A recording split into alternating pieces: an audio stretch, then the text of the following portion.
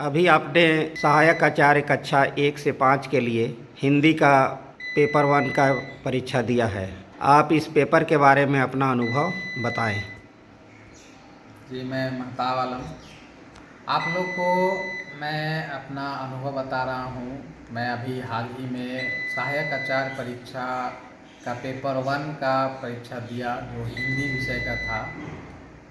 उसके बारे में बता रहा हूँ क्योंकि आने वाले दिनों में 6 to 8 का भी पेपर 1 का एग्ज़ाम होगा और जो भी साथी हिंदी विषय लिए हैं उनके लिए काम आएगा। मैं बता रहा हूँ कि जो क्वेश्चन है वो मैट्रिक के स्तर का क्वेश्चन आया था। इसमें 60 क्वेश्चन जो थे वो व्याकरण से। आपको व्याकरण की तैयारी कर लेनी है।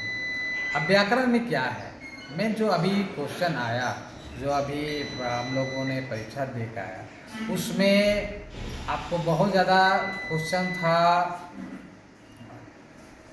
इससे क्रीडन से था, क्रीडन से क्वेश्चन है, वाच से क्वेश्चन है। आपको वाच के बारे में पढ़ लेना है, वाच के कितने भेद होते हैं, वाच का शब्द कौन से हैं, कर्मवाच कौन सा है, आपका कर्तावाच कृतवाच कौन सा है। आपको वाच के बारे में बहुत अच्छे तरीके से पढ़ लेना है। वाच के बाद आप आइए, आपको अव्यय से परीक्षा आया, क्वेश्चन आया था। अव्यय के बारे में भी आपको अच्छे से तैयारी कर लेनी है। अव्यय कितने तरह के होते हैं, अव्यय कौन से शब्द होते हैं, अव्यय के किस तरह से वाक्य में प्रयोग किया जाता है, आपको उसके बारे में जानकारी ले लेनी है।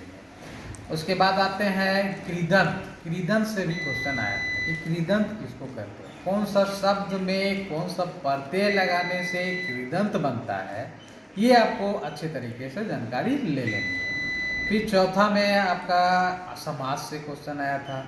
समास को आपको बढ़िया से पढ़ लेना है कि समास कितने तरह के होते हैं। जैसे मैं पढ़ता हूँ, मैं जानता हूँ कि अब तक 2 समास, अब तक 2 समास। आपको इसी तरह से टेक्निक लगा के समास को पढ़ लेना है। समास के शब्द को जानना है कि अव्ययी भाव समास कौन से शब्द होंगे, तत्पुरुष समास कौन से शब्द होंगे।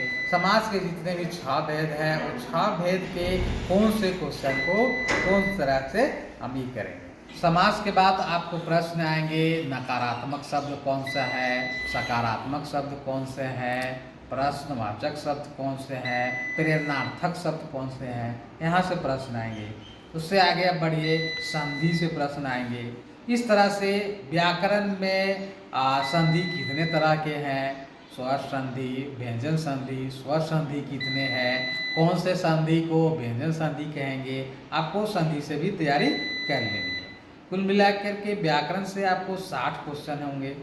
उसके बाद जो अनुच्छेद वाले क्वेश्चन होंगे वो 40 क्वेश्चन होंगे।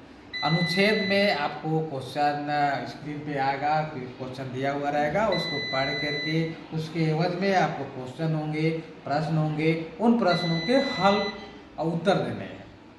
यही आपका 40 क्वेश्चन होंगे। तो इधर 60 और 40 मिला के 100 प्रश्न हो जाएंगे। 100 प्रश्न को आप बहुत इत्मीनान तरीके से, अगर आप रिलैक्स मोड होकर जाएंगे, परीक्षा सेंटर में बैठेंगे, तो हम उम्मीद करते हैं कि आप बहुत ही बेहतर तरीके से परीक्षा दे पाए। इसमें क्या लगा, कैंडिडेट को क्वालिफाई करने में दिक्कत आएगी? मेरे समझ से जिस तरह से मेरे पास क्वेश्चन आए थे, हमने जो क्वेश्चन आंसर किया, उस हिसाब से तो हमको लगता है कि थोड़ा सा अगर मेहनत किया जाए, थोड़ा सा मेहनत किया जाए, तो आराम से हर कैंडिडेट पेपर 1 का निकाल सकते हैं। उसको किसी भी तरह की परेशानी नहीं होगी। आगे जो परीक्षा देने वाले हैं उसे आप क्या संदेश देना चाहेंगे? हम उनसे यही कहना चाहेंगे कि परीक्षा कंप्यूटर मोड कह के पहले ही प्रेशर में नहीं आना है। पहले प्रेशर रिलीज कीजिए, अपने दिल दिमाग से प्रेशर हटाइए, इत्मीनान से तैयारी कीजिए। आपको परीक्षा में जैसे बैठिएगा, OMR शीट से ज़्यादा आसान परीक्षा आपको ये परीक्षा लगेगा। खुले आकाश में उड़ने वाले आज़ाद पंछी, फेल होने का डर निकाल के तो देख, परीक्षा से भी प्यार हो जाएगा।